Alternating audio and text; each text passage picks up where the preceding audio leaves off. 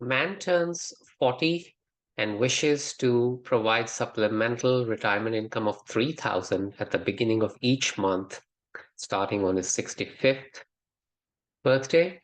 Starting today, he makes monthly contributions of X to a fund for 25 years. The fund earns an annual nominal interest rate of 8% compounded monthly.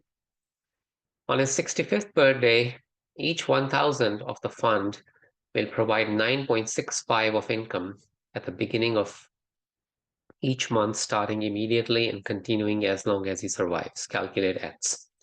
Now, the most tricky part of this problem is this last part, uh, that each 1,000 of the fund will provide 9.65 of income at the beginning of each month, starting immediately and continuing until he lives. So what that means is that if on his 65th birthday, he has a total accumulated value of 1,000 in the fund, then his monthly income is going to be 9.65 per month for the rest of his life. But of course, he doesn't want an income of 9.65 per month. He wants an income of 3,000 per month. So now this is just a matter of simple direct proportion, that 1,000 accumulated value is going to provide 9.65 income. So what accumulated value do we need to have on his 65th birthday so that he can get 3,000? So when we use direct proportion, accumulated value, that will give 3,000. And over here we have that an accumulated value of 1,000 gives 9.65. So we do the basic direct proportion, that AV over 1,000 equals 3,000 over 9.65. So AV comes out to be 310,881. So this is what the fund needs to have on his 65th birthday so that he can get an income of 3,000 per month for the rest of his life.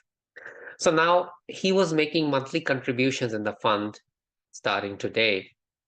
Therefore, we need the monthly effective rate J. That would be I12 by 12, and I12 is the nominal annual interest rate compounded monthly. So that was 8%. So the monthly effective rate would be 0.08 by 12, and that is 1 by 150. And the reason why we keep it like this and don't round is that there could be huge rounding errors if we round this at this point. So we must leave it as a fraction like this. The number of monthly contributions in 25 years. So he makes contributions for 25 years to the fund, and he's doing it every month. So we need to calculate how many total contributions will be. And so that will be obtained by multiplying the 25 years by 12. So 25 times 12 is 300. So that means he makes a total of 300 contributions. And now we are ready to use the accumulated value formula for annuity due. Remember, he was making contributions at the beginning of each month, and therefore it's an annuity due. And the accumulated value formula is this, 33.5.